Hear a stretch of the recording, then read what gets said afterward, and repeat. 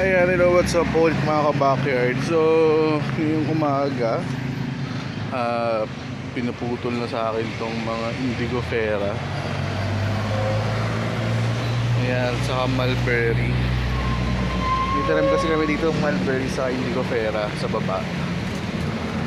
Para, ito na yun, harvest ko.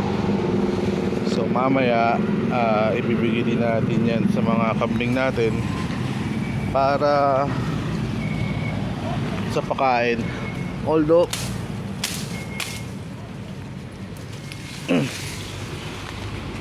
nakakawala sila, pinapawala natin yan.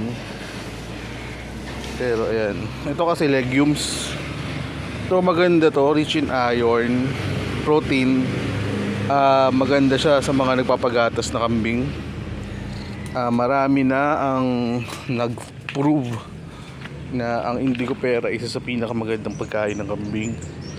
Marami ng malaking farm. So, ang problema nga lang dito, legumes lang siya. So additional nutrients lang siya. So kailangan pa rin ng carbs, like ng damo. So ayan, so ito yung mini taniman namin. So backyard lang din. Ayan.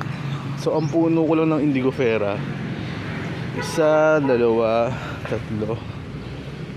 5 yan, 5 lang yung puno ko. Dati marami yan.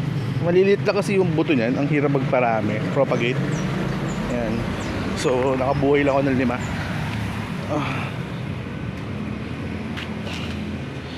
5. Ano yan, seed yan actually nung nakuha ko. So ayan, so ito hinaluan ko ng malunggay, indigofera, saka ano tong isa? Mulberry. So mamaya iakit ko siya. Ayan. So ito yung mga dragon fruit namin na hindi pa rin namumunga. May papaya rin kami dito.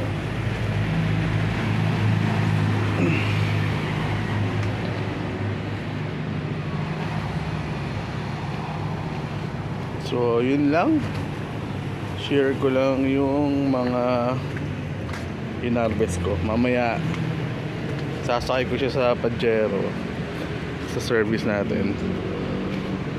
Mamaya magkapakain tayo ng mga kambing kasi nagpurga tayo kanina.